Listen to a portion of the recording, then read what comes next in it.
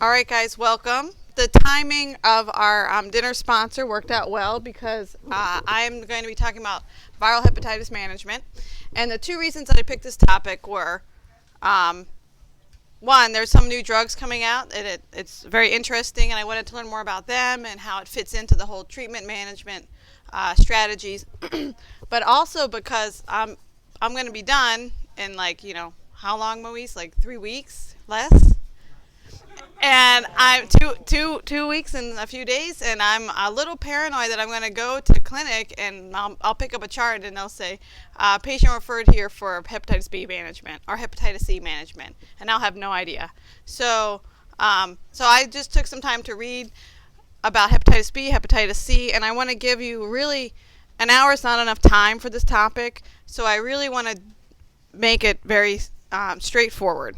And so if you need any additional information, there's a lot of guidelines that I'll cite here, and also there's people that we have access to that have a lot of experience, so you can always ask somebody who has a lot of experience with these type of infections. So here's my overview. We'll do hepatitis B very briefly, and then hep C, including some of the new treatment options. It's intended to be very basic. Most of my information is from the AASLD guidelines, and I actually spent some time with Dr. Boyd in the viral gastroenterology clinic at the VA, and Dr. Wills. Dr. Wills actually has a lot of experience with hepatitis C. In case you're curious, AASLD stands for the American Association for the Study of Liver Disease. Their last guidelines were updated in 2009 for both hepatitis B and hepatitis C. I also pulled out the DHHS HIV guidelines from 2011. The New England Journal of Medicine published 4, 5, or 6, I think it was 5 articles at least about these two new medicines. There was a great talk on Medscape about this subject if you want to watch a 45-minute video in addition to this talk.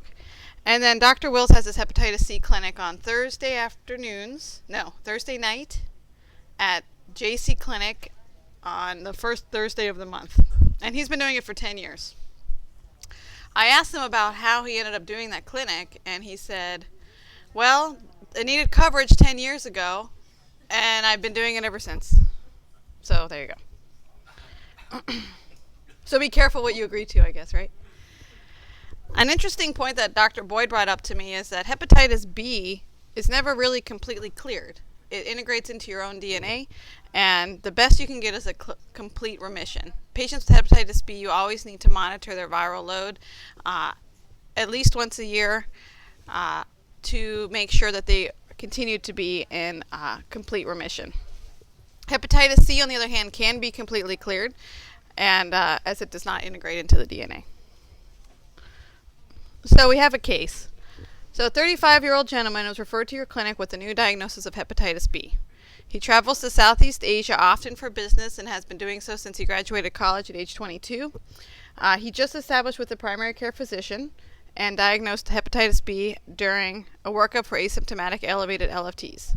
His hepatitis B viral load is 50,000 international units, AST is 350, and ALT is 400. His hepatitis B E antigen is positive. So now what? Right. The answer, Elias? Yes, treat him. So we'll get into the details of what exactly we're looking at as far as what specifics do we need and to qualify somebody for treatment. And then we'll get into also what would we treat him with. So if you want to break it down, and this is again probably oversimplified, but it's really obvious that you want to treat somebody if they have a viral load greater than 20,000 international units and elevated LFTs. It's very obvious, on the other hand, that you probably do not need to treat somebody if their viral load is low, less than 2,000, or if they have normal LFTs. The problem is a lot of people, a very significant amount of people, fit in between these. I mean, you can see the viral load difference is 2,000 and 20,000. So, as far as the other patients go, you want to look at their age. If they're diagnosed and they're 70 and they don't have cirrhosis, it's probably not worth your time.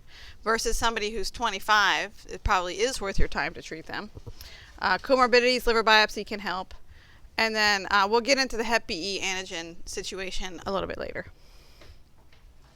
Cirrhosis is an indication for treatment, and that includes compensated or decompensated cirrhosis, and HIV as well, as you all know, is a co-infection is an indication for treatment.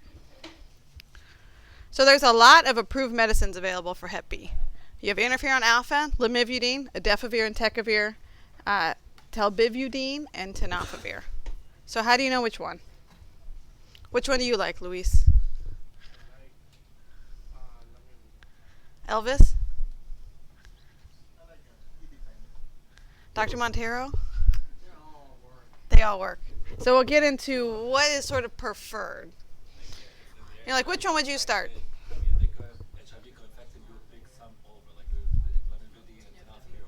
Yeah. So the guidelines do pick favorites. They pick tenofovir and entecavir as the first-line oral agents. And most people use tenofovir. And why tenofovir? Well, if you could pick tenofovir and entecavir as the first-line oral agents, entecavir has been documented to have resistance if they've been previously exposed to the lamivudine. And a lot of patients with hepatitis B have been previously exposed to lamivudine. And so just to skip it altogether, tenofovir is a fine choice. There's very few side effects. It's well tolerated. It's once a day. And so that is why that one is the number one choice from what I can tell from Dr. Boyd in this article and everything else. So what about Truvada? There's no clear indication or evidence that the multiple drug therapy is beneficial, although there is some talks about it and future studies are needed.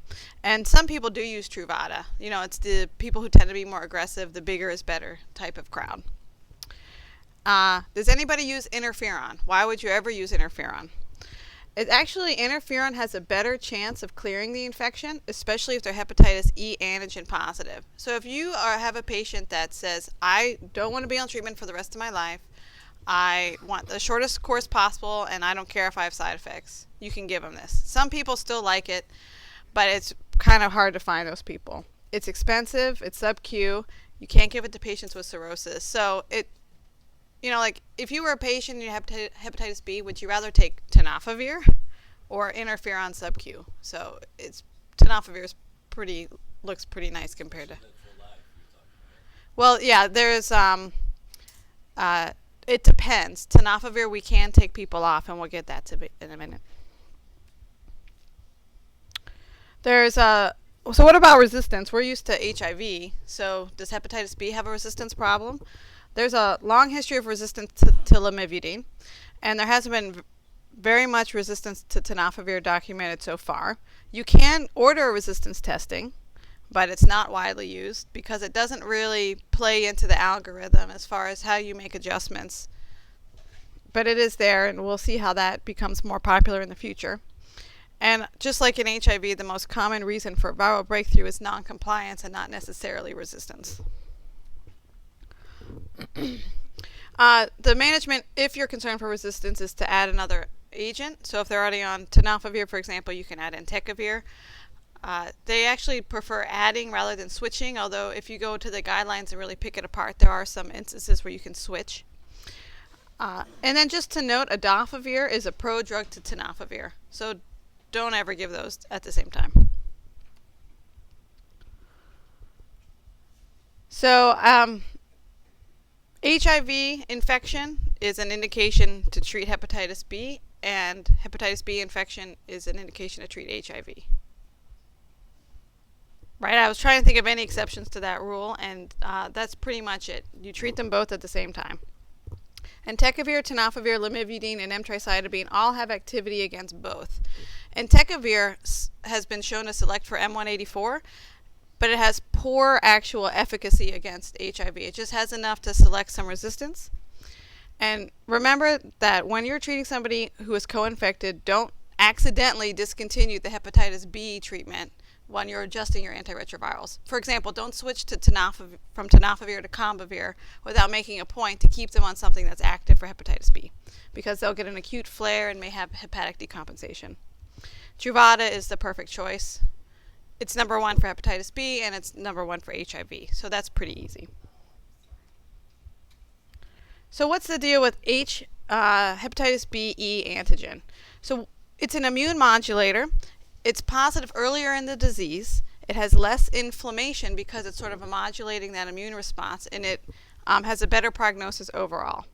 Also, if you're hepatitis E antigen positive, you have an option to stop the treatment once you seroconvert from positive to negative. So hepatitis B E antigen is generally a good thing. Hep B E antigen negative, it tends to be in people who have had the disease for longer. You get more inflammation because you don't have that immune modulatory effect. The disease is sort of worse and more progressive in general. And then if you are a Hep B E antigen negative, you have no option to DC meds because you don't have that marker of a seroconversion. So you have to stay on meds forever if you are diagnosed and are started on treatment at HBe antigen negative. So when can you stop? If somebody has cirrhosis or if they're old or sick, never. Just keep them on treatment forever. And the way that you can think about this is, will they survive a chance at an acute hepatitis B flare? So if they already have cirrhosis, then they have a flare, that could be it. That could be the end of their liver. So those patients need to stay on forever. Post-transplant, there's some indication you can take them off after a year or two, but most people keep them on forever. And Hep B antigen is lifelong therapy. Hep B antigen negative is lifelong therapy. And Hep B antigen positive, you can stop treatment once you document that the antigen has gone from positive to negative, and then you continue for 6 months. So there is a stopping point that you can get your patients to. However, there is a risk of relapse in this situation, and then in those cases you would have to restart therapy and look it up on the guidelines, because I did not get into that here. Okay. Next case. A 50-year-old male returns from a Hawaiian cruise and is admitted for jaundice and right upper quadrant pain. He's found to have acute hepatitis B with a viral load of 50,000 units, an AST of 800, ALT of 950, and a total billy of 4. When do you start treatment on this patient? Any guesses? Elias? So acute hepatitis B. He just got back from the cruise 3 weeks ago. So we'll get into that right now. So 90 to 95% are going to clear without you doing anything. So the question is, how long do you wait until you can clear the infection? So you wait. So you give them 6 months. You give them 6 months to figure it out themselves, and you have the best chance is that they're gonna clear it by themselves, and you don't need to bother. If they're not going to clear by 12 weeks, they're probably not going to, but it's worth waiting the extra 12 weeks to go ahead and let them clear. All right, next case. 35-year-old male is referred to your clinic with new diagnosis hepatitis B. Oh, no, this is the same case. And he just established hepatitis B viral load is 50,000. Hep B antigen is positive. Right. You recommend treatment. What would you choose to start him on?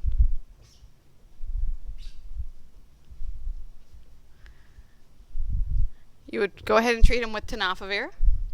And when could you stop treatment? After he seroconverts. Right. Yes, treat. Truvada is a good choice until he seroconverts. The things you are looking at are, is his viral load greater than 20, and does he have elevated LFTs? And the elevated LFTs have to be 2 times the upper limit of normal. That's the cutoff. All right, that's it for hepatitis B.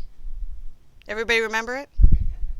Hepatitis C. All right. 45-year-old male surgeon is referred to your clinic with a diagnosis of acute hepatitis C that occurred after a needle stick 8 weeks ago. He had fevers, right upper quadrant pain, and jaundice several weeks ago, but he's feeling a lot better. He has no psychiatric or substance abuse history, and he's anxious to start treatment. Labs show that he's genotype 1. In this case, when do you start treatment? We'll get to that in a minute, too. Most experts would solve right away. So the literature says 15 to 45% of patients clear hepatitis C acutely, which is a lot lower, of course, than hepatitis B. And then if you're a younger, healthier patient, it's a little bit closer to 45%, and some people even jump to 50-50 chance. The risk of cirrhosis over 30 years is 20%. It's not 100%. And then there's been a lot of studies to try and figure out who's going to progress to cirrhosis. Because if you can weed out those 20% that are not going to progress, that are going to progress, you treat them and leave the others alone because the treatment is kind of rough. So, but it's very hard to guess for sure. Older patients, obesity, HIV, co-infected alcohol use are all negative factors as far as progressing to cirrhosis. So we all know there's a difference between genotype 1 versus 2 or 3. Genotype 1 is worse in general. It doesn't respond to standard therapy as well, and you have to be on therapy longer. So what are your chances of having a sustained virologic response if you're genotype 1? Well, it's 30 to 50%. And it's the 30% tend to be African American patients and the 50% tend to be Caucasian patients. And in a little bit I'll talk about why that is, what genetic factors there are that may be a contributor there. Genotype 2 or 3, 80% respond to therapy, and in genotypes 4 to 6, there's not as much data. Although if you want to get a little fancy, you can say 4 acts a little bit like 1, and kind of lump it into that treatment algorithm. All right, so I wish I didn't have to go over this, but it's like totally key to everything we're going to talk about next. These are sort of defined for studies, but it's also important for when you're seeing patients and you can have some numbers to really gauge what's going on. The first thing you want to know is, do they have a rapid virologic response? That's when you look at their RNA at 4 weeks. So you look at their RNA 4 weeks after treatment. If it's gone, they have a rapid virologic response, and you can say, man, they are doing great. That is great news, great prognosis. We'll get into some details in a minute. The next time that you're going to want to really care what their viral load is you check it at 12 weeks. If it's if it's more than a 2 log reduction from their original viral load, you say, all right, that's pretty good. We want to see that happen, and that's called an early virologic response. An SVR, or a sustained virologic response, is at 24 weeks, do they have any hepatitis C RNA detectable? And this is what you're aiming for. It's the best predictor of long-term response. There's also the issue of breakthrough versus relapse and null responders versus non-responders. And they're similar but slightly different.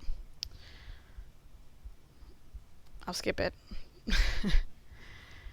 So sustained virologic response. Again, that's HCV negative RNA at 24 weeks. This is considered a virologic cure. The chances of relapse after you have a sustained virologic response is very, very low. So this is really what you're aiming for. So you say, well, how do those other figures and endpoints help us know what the prognosis for obtaining a sustained virologic response are? So you can say if somebody has a rapid virologic response, the chances of them having a sustained virologic response are high. So a positive predictive value if you want to get fancy. If they do not have an EVR, an early virologic response, which is that 2 log reduction at 12 weeks, then they're likely not going to have an SVR. And this is going to be important as to the duration of therapy, and you can say response-guided therapy as you go along. So who do you treat? I have 3 tables here. My first table is the characteristics of person for whom therapy is widely accepted, characteristics for whom it is contraindicated, and then everybody else.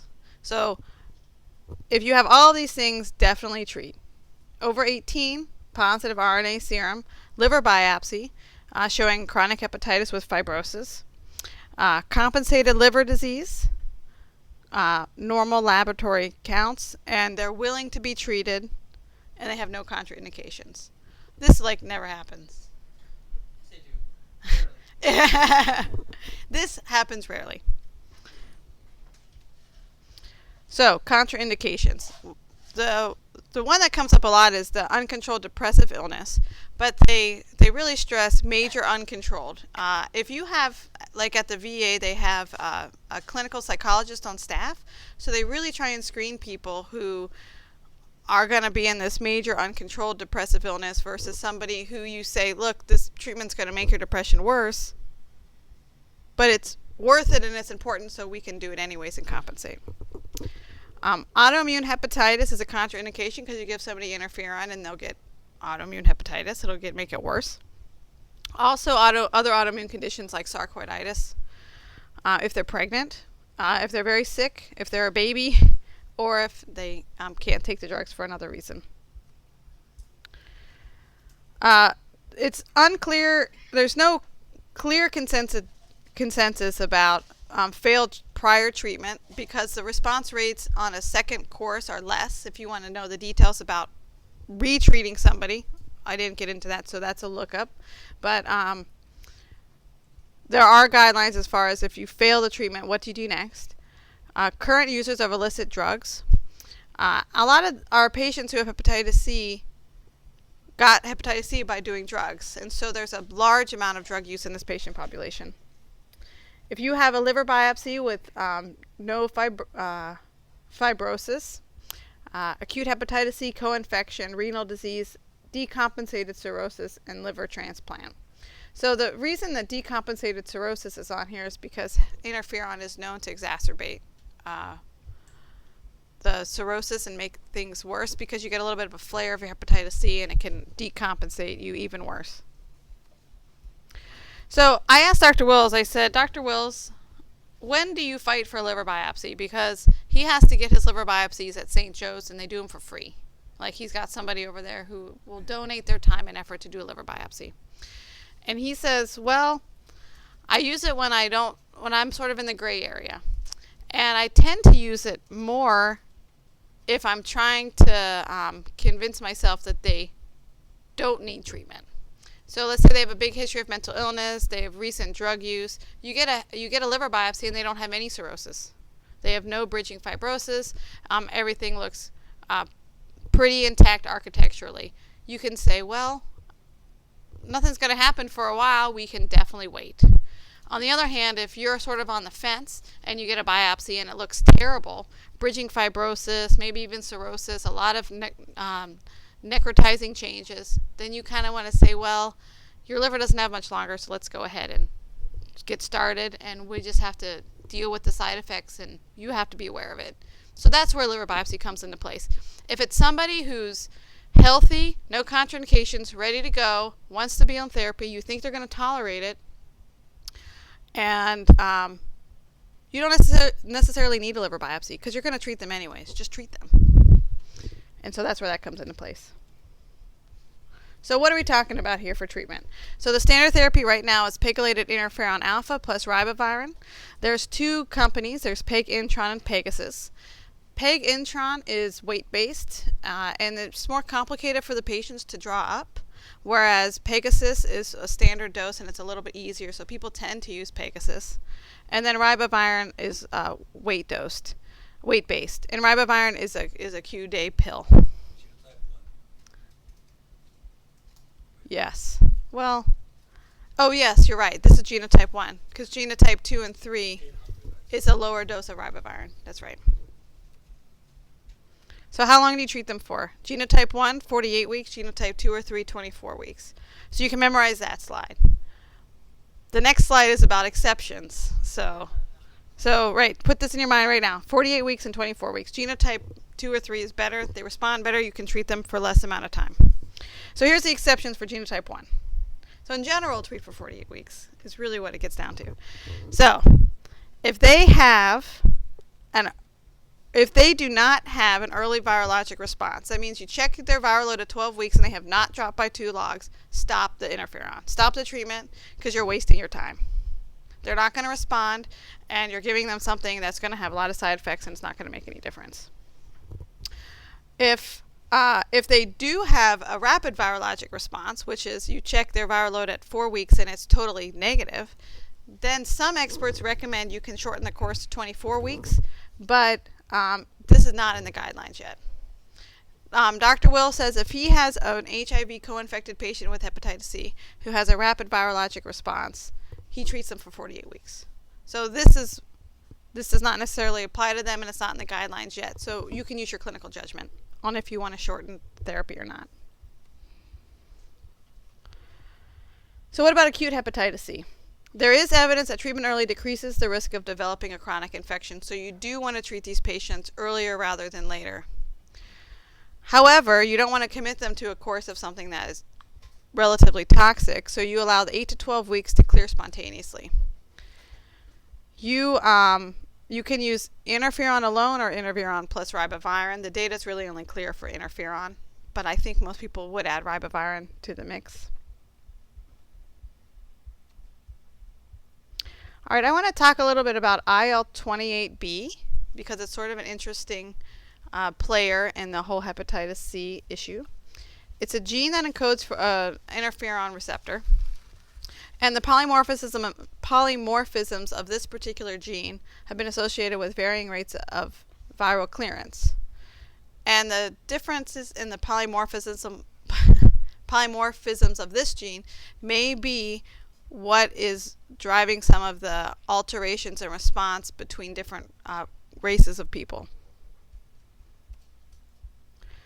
So if you have a homozygous CC type, you have a significantly higher rate of hepatitis C clearance in response to therapy. That's good. If you have a TT type, you have a significantly lower rate of hepatitis C clearance in response to therapy, and that's bad. And then a CT type, of course, is in the middle. And we'll get to some details because some of the studies for the newer protease inhibitors break this down, and they look at this in some of the studies, and I have a slide that graphs at least one example of how this is true coming up. So how do you use this? Well, you can do an IL-28B, type and see where they are, CCTT or CT, and you say, well, you're a CC, so you'll probably respond to therapy better, so we should definitely give you therapy. Or if you're a TT, you're probably not going to respond to therapy, but you're not going to withhold it from them. It's just sort of a pre-treatment counseling. Well, the chances are you're not going to respond as well. Does that sway us either way as to whether to treat you or not? It's currently only available through LabCorp, which you can't get at the VA unless... No, there's no way you could possibly get it at the VA. I don't know how easy it is to get other places. It's also interesting to bring it up in reference to acute hepatitis C because let's say you're a CC homozygote and you have a higher chance to clear spontaneously. You can say, well, let's wait the full 3 months before we start you because you're probably gonna, or you're not probably, you may very well clear. And if you're a TT homozygote, you have a lower chance to start spontaneously, so you can go ahead and start treatment earlier.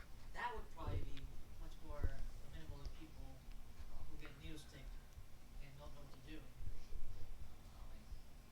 Yeah, so that may be like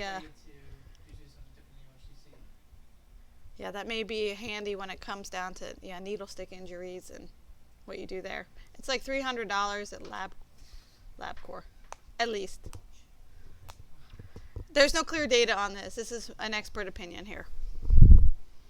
Clinical judgment.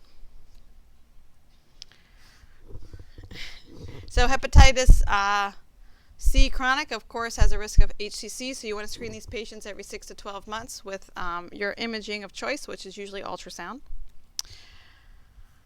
And they don't recommend the alpha-fetoprotein anymore? I didn't read it anywhere in those guidelines as far as screening with alpha-fetoprotein. And alpha-beta. Maybe it's in there and I just missed it. But you do want to screen them every 6 to 12 months, and the details on that we'll have to look up later. So from what you remember, it's in those guidelines as well? Okay. I got it. We'll look into that. All right, so almost every patient's going to have side effects to interferon. 10% are going to stop meds because of the adverse effects.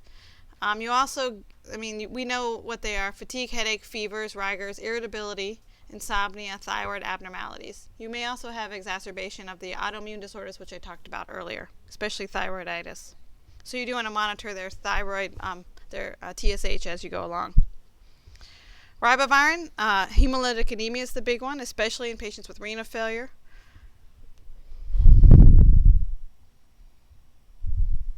All right, back to the case.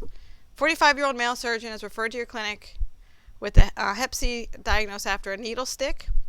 Lab show he's genotype 1, and you cannot get an ILB28 genotype because of his insurance. Because he's at the VA. So when should you start treatment, Luis?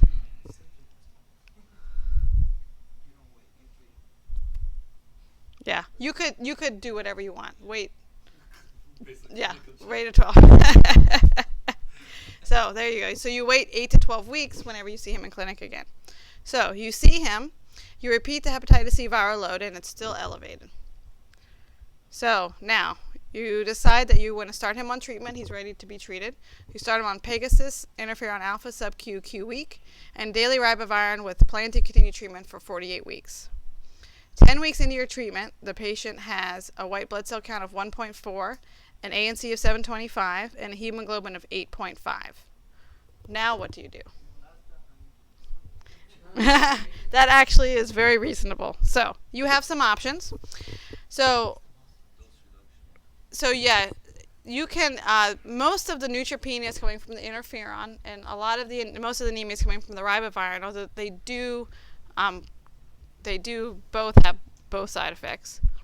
So the guidelines recommend, and most people will dose reduce if the ANC is less than 750 and hold the interferon altogether if the ANC is less than 500. Some centers give Neupogen when it's getting below 1,000 to prevent having to stop the medicine. As far as ribavirin, you want to hold ribavirin if the hemoglobin is less than 8, and you can either dose reduce or give EPO or both if the hemoglobin is less than 10.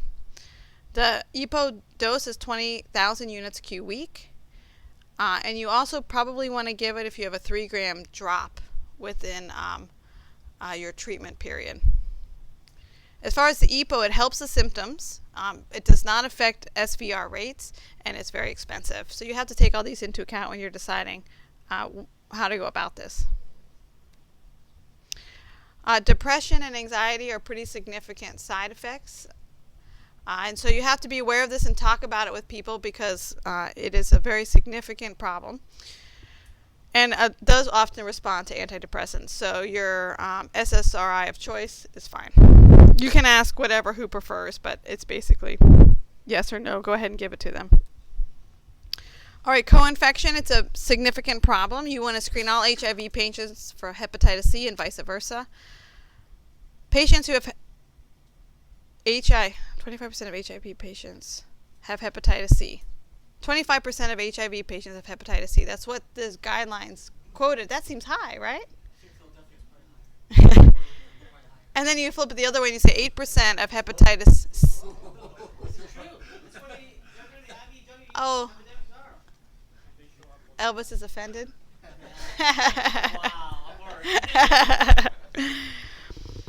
Keep in mind that some HIV patients fail to develop a hepatitis C virus antibody. So if you have an unexplained hepatic illness and a HIV positive patient, you want to order a hepatitis C viral load. Patients who have HIV have a lower SVR rate to treatment. And then you got to keep in mind that when you put these patients on interferon, they're going to drop their CD4 count, and that's fine. Usually the percentage stays the same. Keep in mind you do not want to use ribavirin with AZT. You get anemia, and there's been some association with ribavirin and DDI causing fatal lactic acidosis. The regimen as far as interferon and ribavirin are the same for patients with and without HIV. Now, what about if your patient has AIDS with the CD4 count that's very low? There has been documented poor response to treatment if they're very low. CD4 count of 200 is acceptable, so that's your goal as far as what you want their CD4 count to be before you start the treatment. CD4 of 350 or higher is preferred. And then if you have the opportunity if they're diagnosed with a co-infection, you want to start the antiretrovirals first. And that's because you get a little bit chance of immune recovery, but you also don't want to confuse the interferon ribavirin side effects that they're going to have with their antiretrovirals. So you got to sort that out first. In renal failure, you got to dose reduce the interferon and the ribavirin. They need close monitoring because you're going to have increased side effects. And interferon has a risk of hepatic decompensation with cirrhosis. And you can still give it to these patients, but you need to know what you're doing and keep a close eye on them. I don't know what "know what you're doing" means, but just keep a close eye on them and make sure that you're aware of what's going on.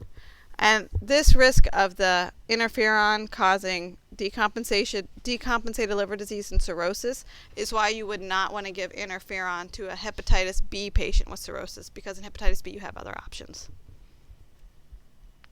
So, we're getting towards the end. Hepatitis B protease inhibitors. There's been 2 that are recently approved. Boceprevir was approved May 13th. It's the first drug to be approved for hepatitis C in 20 years. Telaprevir was approved 1 week later. Has the same indications and the same mechanism of action. They're both NS3-4A serine protease inhibitors, and they're both indicated as additional therapy to the standard interferon ribavirin plan that we just talked about. It's not to replace them, it's just an addition. They were designed for genotype 1, but they probably have activity against genotype 2 or 3, but there's not enough data to really say. They're TID, and in some cases they may allow for a shorter duration of treatment, and the indications are the same. So if they qualify for a treatment with interferon ribavirin, then they qualify for treatments with interferon ribavirin and one of these protease inhibitors. So it's now going to looks like for the next little bit of the foreseeable future is going to be triple therapy with these 3 drugs. Both of these protease inhibitors show significantly increased SVR when added to the interferon ribavirin.